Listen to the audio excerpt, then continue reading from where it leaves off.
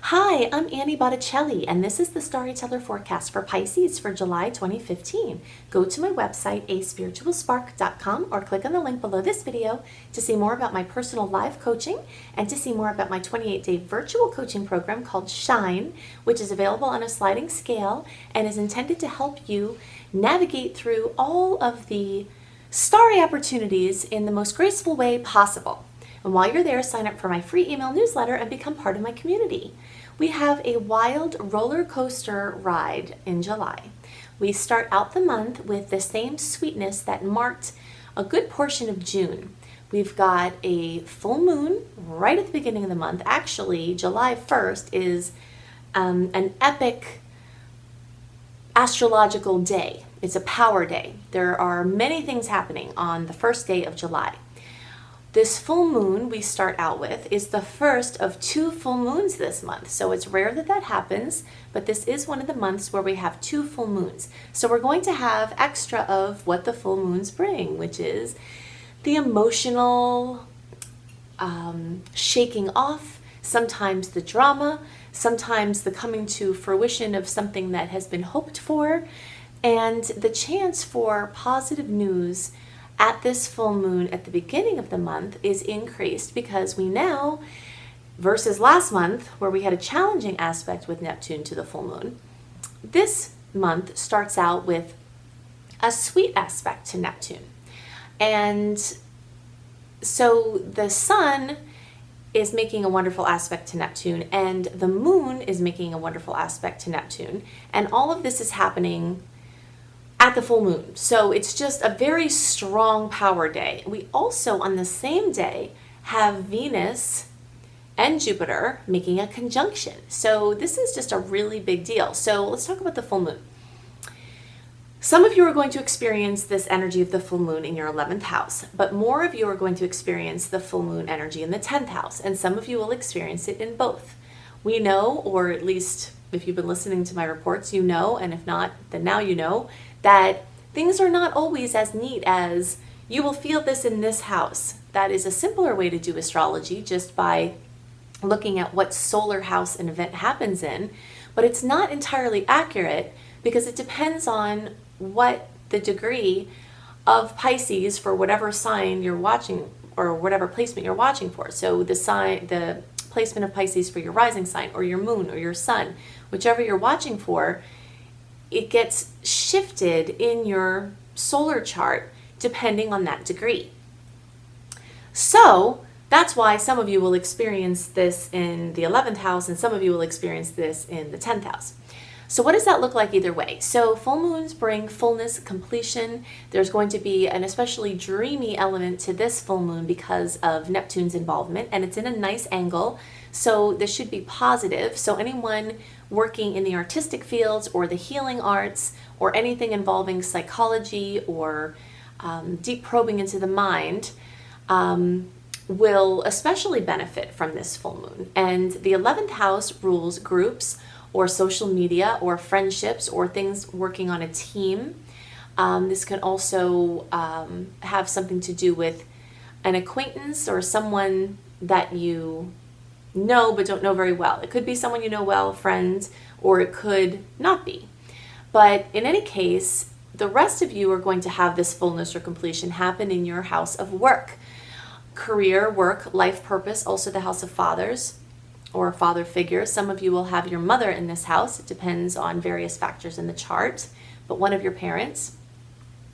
So fullness, completion, something coming to an end involving one of these things. Some of you may experience this as recognition. There is a really strong chance for this full moon to bring people with Pisces energy in some sort of limelight or with some sort of recognition or being acknowledged for something that you do. So that's how we start the month. And so we have Venus and Jupiter in Leo, which also can bring energies out into the limelight. We have this happening for you in your workday sector. So your daily work, something you do every day. So Venus rules love and money, and Jupiter rules expansion. So the chance for money and fun and expansion to occur, anything involving relationships or finances is also increased. And since this is in your sector of daily work, although some of you late Pisces placements will have this actually in your 5th house, which is your house of children, creativity, hobbies, also true love. So either your 6th or 5th house is going to be accentuated with this Jupiter and Venus transit. So it's just a really auspicious day, and will carry a lot of intensity, but there's more of a chance that it will be a positive intensity because of the aspects that are occurring at the same time. So July 2nd through the 5th, we have Mercury still in Gemini, making favorable angles to Uranus, then Jupiter, then Venus. So Mercury rules information, it rules studying, it rules transportation. So Uranus rules surprises. So something surprising or different or innovative or a solution to a problem can come in with this Mercury aspect with Uranus. Then Mercury makes this aspect to Jupiter, and this expands expression. So it very much is favoring projects that involve sharing information, like publishing or writing or speaking or anything that involves sharing information. And then Venus. So again, with the money. So this is very strongly showing up in this kind of bottom right sector of your chart. Regardless of your degree, you're going to have this strong energy in your house of creativity. And some of you might experience this a little bit earlier, like more towards the 4th house, but that's your home. So we've got this lineup. Venus and Jupiter are over here kind of in the 6th house, and then we've got your Mercury making these aspects a little bit earlier. But in any case, this is an amazing time for creative inspiration. So you really want to take advantage of this. I really feel like this month is a great month to decide you're just going to be in your studio as much as possible, whatever if you're an artist, so many Pisces are artists. Just be in your zone as much as you can this month, because there's amazing favorable aspects for the positive things. But then there are also a lot of challenges that we have to talk about. And sometimes, as you very well know, being in your studio when there's difficult things going on can yield productivity artistically. So that's why I think, for better or worse, just plan to be in your studio, because inspiration is going to come through in big ways. We have another couple of several days between the 8th and the 13th. It could be a little bit earlier than the 8th also, where Mars and then Mercury are going to make beautiful aspects to Neptune. So all of this is ruling this expression, how you express in the world, and all of these different levels with all of these different planets. So you want to be somewhere where you can have a really strong, uninterrupted outflow, if possible. Some dates to look out for. The days around July 6th, even though these beautiful aspects that I'm talking about are happening around that time, we have a challenging angle between the Sun and Pluto, and this can bring up ego problems. This can bring up challenges with authority. This can bring up someone wanting to be a naysayer or a critic. And that's in between all of these beautiful aspects. So if you decide that you're going to handle any naysaying in a way that's productive, then that's going to help you out tremendously. Because I know a lot of people with Pisces energy, strong Pisces energy, can get discouraged or get their feelings hurt very easily, and can sometimes spiral into an emotional place where they're just maybe emotionally debilitated. So we don't want you to go there, because there's too much sweetness that you can capitalize on. So just take it out in the studio. That's, whatever your version of the studio for your life is. I'm going to call it the studio, but you apply it to that place of magic where you express who you are. Okay, so now when we're getting into July 12th and the days leading up to July 12th, you might start feeling this energy, and then all through like close to July 20th, we just have a massive amount of challenging aspects. So we're starting out with the Sun. Well, really, we started out with the energy getting warmed up with the Sun and Pluto opposing, these authoritative figures or challenges or something coming to compromise your emotional nature. something interfering with your identity in some way. And then we have the sun also in this soft Cancer that meshes really well with your sign, but we have this squaring Uranus and Aries. So this is, there's an awkwardness to the energy in the middle of the month here and kind of starting after the first week. So Uranus brings surprises, as we've been talking about. So Uranus brings surprises. And when we've had favorable angles with Uranus, as we have had in last month and we have some this month, that brings out usually happy stuff, happy surprises, things that come out of the blue that are favorable. But this particular aspect brings in the element in a square, which is not a favorable angle. So you really want to guard your head, especially because Uranus and Aries rules, Mars rules the head and Mars rules Aries.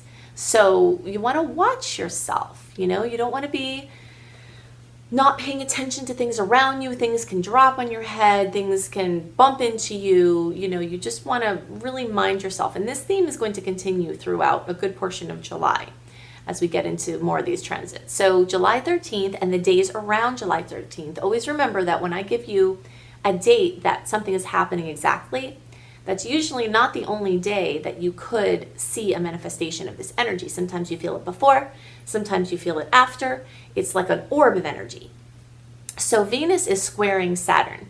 And Venus, which we were talking about with some aspects earlier in the month with Jupiter and Mercury, that's favorable things for love and money and beauty and aesthetic things and just that kind of good feeling. It's just the feeling of harmony. So Venus in a square to Saturn means this, again, with kind of an authority energy, because Pluto and Saturn can both represent this budding up of authority figures, especially because Pluto is in Capricorn right now and Capricorn is ruled by Saturn. So that's why there's this relationship between how Pluto can manifest and the way Saturn naturally manifests. But we're using similar words here. That's the connection. So Venus squaring Saturn is just like a challenge involving love and money, so, and this is, some of you are going to experience this aspect in your 7th house of relationships, where Venus will be for some of you. The rest of you will still have Venus in your 6th house, and that is ruling work things or ruling day-to-day activities. But in any case, it's just kind of an awkward time.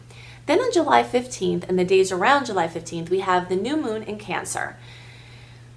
Some of you are going to experience this new moon in your 4th house of home and family. Some of you are going to experience this new moon in the 5th house of children and creativity and romance. But in any case, this new moon is not the kind of energy that we usually associate with new moons. It is there, meaning, okay, yes, do your new moon wishes. Always make your wishes around the things that the sign that the new moon is in rules. So Cancer rules home and family and emotional security and things involving childhood and psychology.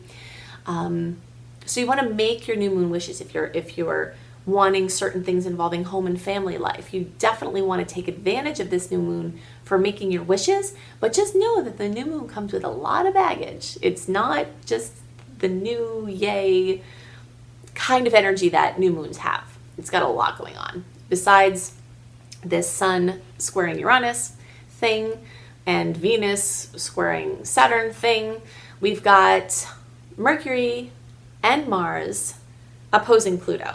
Now this is a particularly nasty potential here because Mercury rules how you're transporting yourself or being transported. It also rules your communication. Mars rules your energy. When you've got an awkward angle here, Pluto opposing this, it can turn things aggressive. So verbal altercations can turn physical. Things involving ego flare-ups or dominating or powerlessness, topics like this can turn into this just combustive, volatile energy. So, I always say don't go into these aspects with fear. That's not why I'm talking to you about this. I'm talking to you about this so if you have a heads up, you can prepare the space to be in better shape for it. So for instance, let's say you have a friend that has kids and they're at an age where they're very rambunctious, or maybe their temperaments are rambunctious. So you know that they're going to come in kind of hard on your house. So you want to put out the bath mats that are not your ones, that are the ones you like, the things that could break easily. You want to put those things up. You know, think like a child who wants to have fun and is not really paying attention to things, like tablecloths that could be ripped down, just that kind of thing. If you prepare your house for that visit, then you won't leave the visit being really annoyed that these kids destroyed your things, right? That's why I talk to you about these things beforehand, not because I want you to be afraid and just sit down and be nervous and say, oh God, something terrible is going to happen. What's going to happen? It's going to be bad. That's not the purpose. The purpose is you have to prepare the space. And if you prepare the space, it can shift how you experience the transit. So if you know there's going to be a lot of stress, you know, starting from around the 6th, 5th, 6th of July and running through until the end of July, you know, around July 20th is most strong. Then if you prepare relaxing things for yourself, if you don't plan important things, you definitely don't want to be launching anything or doing anything new after around the 5th.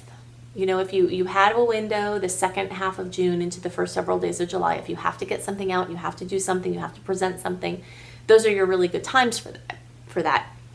But after that is just not the time for that. So just plan to do things that are more inward, that are more quiet. That's why I said be in your studio, you know, be, in some cases, if you have a punching bag, be by your punching bag. I am a very strong advocate for working out your frustrations in a way that can make you stronger without hurting anybody, including yourself.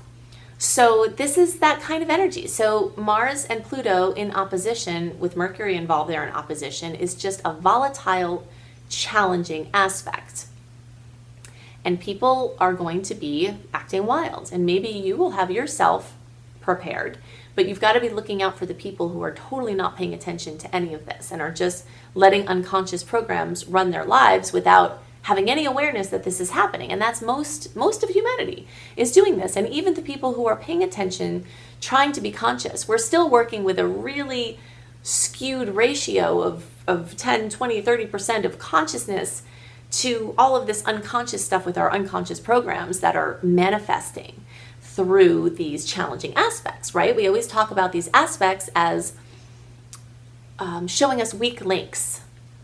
That's why we usually experience challenges during these challenging aspects, because they're showing weak links and we're walking around with weak links. That's why my answer to everything is always inner work, because that is what strengthens the weak links and turns them into strengths rather than weaknesses, so that you're more buffered from the ebbs and flows of the planetary energies.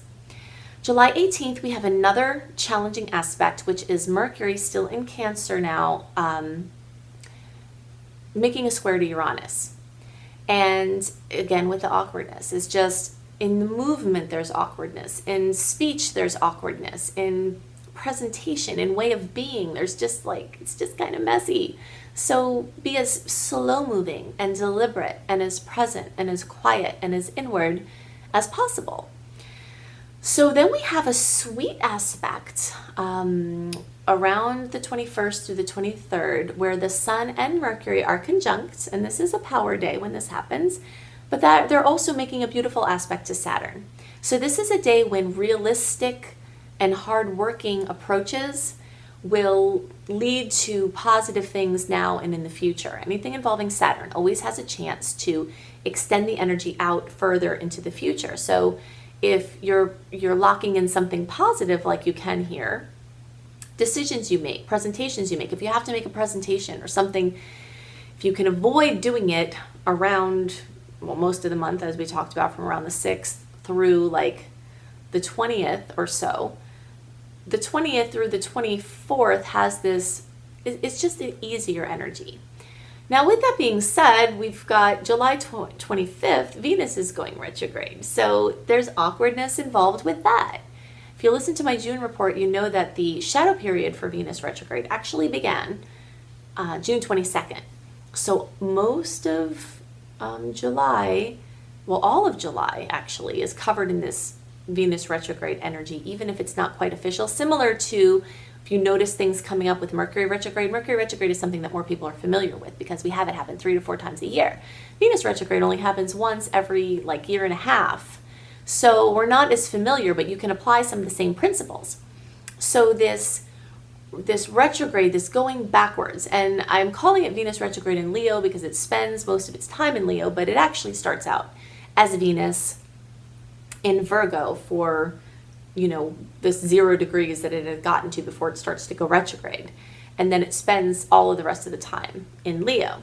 So we've got this long period of time where things involving money, things involving love, things involving aesthetics and beauty and self-esteem are going backwards. Not the time, if you can help it, to commit to moving in with someone or getting engaged or getting married. July 25th through the beginning of September is like the astrological warning bell to avoid making major commitments or investments with money or love. There's many a person that I know of, including myself, who has gotten married during Venus retrograde only to kind of quickly not be married anymore because you're not seeing things clearly involving romance. And when you have an anniversary date, like a marriage, you lock in the energy, and you don't want the ruling planet for love and money to be going backwards in the energy of your relationship. So if you have already planned your wedding for this time, and you're listening to this before July 25th and hopefully before even July 8th, an idea of what you can do rather than cancel your wedding is to go to whoever you want to marry you or someone else with your beloved and get officially married when the stars are better, like the end of June, the last couple of weeks of June, especially the last 10 days of June and the first several days of July. The stars are much better, and that includes launches for business. If you didn't get your launch out in the time when I was talking about earlier in the spring, and you've got to launch something, do not do it July 8th or after. You've got to get your launches in the last couple of weeks of June into the first several days of July. You don't want your new business that you have worked so hard to develop working with the Venus retrograde energy. This is not a good time for that. So do it before. So then we've got July 26th, Uranus is going to go retrograde in Aries. And this is a time when the question of freedom is really being brought into your mind. Now, it's just accentuating this going backwards involving love and money, because so many things involving love and money seem to tie us up or bind us up or somehow make us feel not free. So the question of what freedom is, why don't we have freedom? What do we want to do? What would be freeing for us? That is the question of analysis during the months that Uranus is in Aries, and this is into December. So it's a good time to be asking these questions about freedom, but not necessarily acting on them. So let's say you're in a relationship and you are fed up with it. The retrograde time is not always the best time to actually break up because, again, you're not seeing love clearly. So you might be jaded.